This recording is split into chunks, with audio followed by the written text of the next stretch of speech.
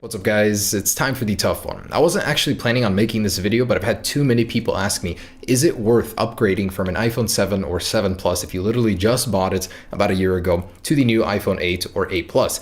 Is the price justifiable? Is the upgrade justifiable? I mean, what's the difference between these guys? And it's not much. I'm gonna be honest with you, it is not a significant difference. I mean, if you have the money, it's definitely worth the upgrade, but if some people are just really on the edge here, like, is it worth it? Is it not? In this video, I'll help you make that decision, but right off the bat, I'm just gonna say it's not a very significant upgrade. Going from the 6S to the 7 was a much bigger update than this, and if you have an iPhone 6S, then yes, it is worth the upgrade to the iPhone 8, but from the 7, personally, I say no. But let's get into all that finer print and see what the actual difference between these guys is. Now, like the iPhone 10 versus iPhone 8 and 8 Plus comparison I made, I'd like to start with the similarities. What's the same? What did Apple recycle from the iPhone 7 and 7 Plus and sell to you at a markup? So first off is Touch ID. Both of these guys still do have the second generation Touch ID, which is honestly perfectly adequate. There's nothing I would need added to it, and it's great. You know, over the iPhone 10, having that sensor is pretty awesome, but it is still the same speed, same fingerprint sensor. On the front cameras are still same spec. Now, I'm not saying it's the same camera. It might be different, and until they tear down the phone and look inside, we don't know, but currently the specs are the same aperture at 2.2, same 7 megapixel sensor. Really, on paper, the front camera has not changed. Also disappointingly is the IP67 water resistance rating remains. Unfortunately, Apple did not upgrade that. They definitely upgraded their marketing though. They were like, oh, it's precision engineered to the micron to be water resistant, yet it still falls behind the competition, which is already all at IP68 right now. So unfortunately, that's the same as well. And the RAM spec remains the same as well. 3 gigabytes for the 7 Plus and 3 for the 8 Plus. Same for the iPhone 7 and 8, it remains at 2 gigabytes. Now, this is supposed, so it was found leaked in the GM code, but I do trust that information. Also, it's unknown if it's a different type of RAM, but the actual spec remains the same. Now, the battery life hasn't changed either. It has remained exactly the same on spec, so you're not getting any more additional hours for video, talk, audio playback, nothing like that. Although, don't discount the new battery phase. You're getting a battery with 0 cycles on it. Yours may have degraded in the time you've owned it for a year, so technically the battery life might be getting better, but against a brand new iPhone 7 or 7 Plus, the 8 and 8 Plus did not improve. And that's not to say that the battery might not have gotten smaller or bigger, because we don't know that until they actually tear the iPhone 8 and 8 Plus apart and look inside. We don't know that. It's just the actual spec remains the same. Still no headphone jack anywhere to be found, so if you're hoping that Apple would realize the mistakes of their ways and add one back, they didn't. The adapter still comes in the box, and the displays will be identical aside from one feature, and that's True Tone. I'll get into that in just a second. Physically, it's unknown again if they have changed, but most likely, as all of these specs remain on paper, exactly the same. Now, what's different? There's actually quite a bit. It's not very significant, but there is a lot of stuff. So the glass design, I mean, you pick this thing up, it's gonna feel different right away. The back isn't as smooth as it is with glass. You know, your fingers are gonna be getting stuck on here. You're gonna get a lot more fingerprints on it versus the matte aluminum shell of the iPhone 7 and 7 Plus. And that's a convenience factor that's hard to put a price on. If you don't really care if you're gonna use a case, then that's nothing, but having to always wipe off fingerprints off of your phone kind of sucks. The glass does have a 50% deeper strengthening layer according to Apple, and it is the toughest smartphone glass on a phone right now. If you had issues with breaking, dropping your display, this thing is supposed to take care of that, and we'll definitely have to see how that does in a drop test. No word on scratches though. How scratch resistant it is just against drops and stress like that. And of course, because of the new glass design, you're gonna get wireless charging support via the Qi standard. That means a variety of charging pads that you can pick up on Amazon, anywhere really, will work with the iPhone. And that's awesome. A lot of people did think that this technology would be proprietary if Apple were to release it. So it's definitely good that they made that open. And this is both a positive and a negative. You get fast charging on the iPhone 8 and 8 Plus, but you have to buy an expensive adapter, a charging block, just to make that happen. Out of the box, you won't be able to. So just to get fast charging, you'll have to spend at least $50 right away on one of Apple's own adapters. I'm sure in the future there will be third-party ones, but don't really count that in as a feature. You have to pay extra for it. So that's an extra $50 just to enjoy that feature. And as far as colors go, you will get that new gold color. It looks fantastic. fantastic. I gotta say, that's one of my favorite. If I were to get the 8 Plus, that's the color I would go for. You do get a silver and space gray as well, but you do lose several colors in the process: black, jet black, and rose gold, as well as product red. But even the 7 and 7 Plus don't have that anymore. It has been discontinued. And if your weight or the thickness of your phone has ever bothered you, the iPhone 8 and 8 Plus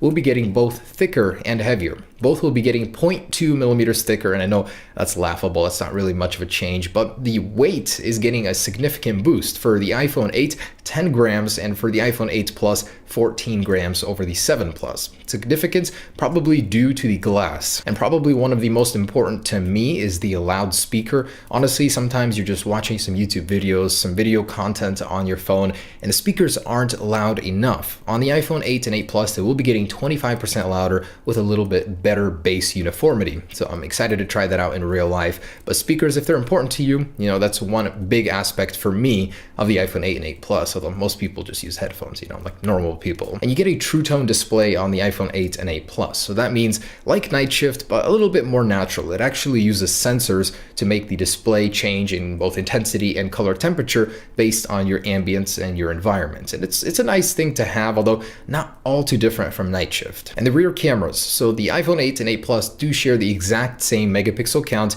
and aperture count as the iPhone 7 and 7 Plus. So where are the changes? Apple says the pixel sizes themselves for the sensors are larger, so you're going to get a little bit more quality in through that. Also, the video capabilities, because of the Apple A11 Bionic engine, are going to be improved as well. 4K 60 frames per second and 1080p at 240 frames per second slow motion. So definitely nothing to laugh at. If you are a videographer, you like to get that perfect quality out of your phone, you're definitely going to be able to do more of that with the iPhone 8 and 8 Plus. I honestly haven't filmed on my iPhone in a while, but even from the 7 and 7 Plus, it was quite incredible the kind of quality you could get if you actually used a gimbal and tried to get some quality out of it. But this one I'm sure will do even better, and I'm excited to try that out. On the iPhone 8 Plus, the portrait mode, the standard portrait mode, will be getting an improvement, so you'll get a little bit more bokeh out of that, better quality, better clarity, and you'll be getting a new mode called the portrait lighting mode, which you can adjust the lighting as if you were in a studio. Really cool if you've seen the demo of it. Now, this is the biggest change between the iPhone 8 series and the 7 series, and that would be the CPU and GPU performance. Even though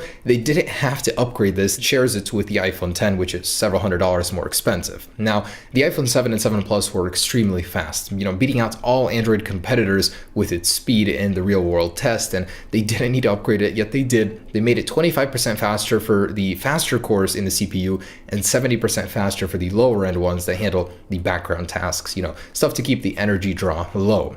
Now, the GPU is the first one in-house from Apple, 30% faster than the existing one in the A10, and all around, the Geekbench scores, oh my goodness, have mercy on all the Android phones that this thing is going to be crushing. You get a 10,000 plus multi-core score and over 4,000 single core score. That is just ridiculous, truly ridiculous. So the performance is a huge step up, even though personally I have never needed so much speed on my iPhone 7 and 7 Plus. I haven't done tasks that it required it or it got bottlenecked ever. The iPhone 7 and 7 Plus were plenty fast for me, but if you ever reach the limit of your phone, the iPhone 8 and 8 Plus will certainly extend that limit. And Bluetooth. Most people don't think about the Bluetooth standard in their phones, but the iPhone 8 and 8 Plus has the new Bluetooth 5.0 support over 4.2 on this one. Now, what can you do with it? Right now, not much. Maybe a few months down the road, half a year down the road, there will be more products that support this standard. But say those products existed right now. What could you do with Bluetooth 5.0 that you can't with 4.2?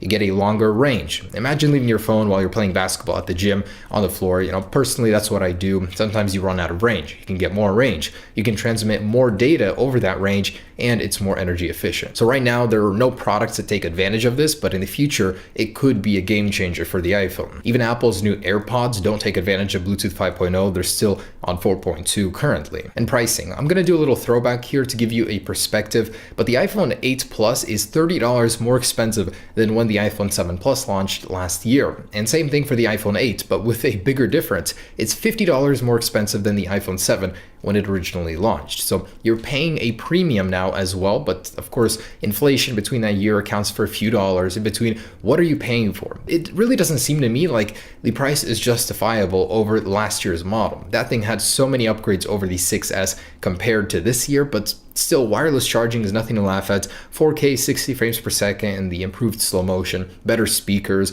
the true tone display. There's a considerable amount of stuff, better durability, you know, but is it worth it to you? That's the question. Do those things matter to you? To me, not really, not in this model anyways. I personally rather spend a couple $100 extra and go all the way than this step in between the iPhone 7 and the iPhone 10. All right, guys, there it is, my comparison between the iPhone 7 and iPhone 8 series. I'm actually very curious. Do you guys think that the upgrade is worth it if you currently have one of these devices? Are you going to do it? Leave me a comment down below in the description, because online generally the consensus is that no, it's not a very big upgrade or a significant one at all. It's more of an S upgrade than an 8 or 7 to 8 upgrade. So let me know down below in the description. Very curious to hear that from you guys. Anyways, thanks for watching, guys. Hope I made that decision a little bit easier. Peace.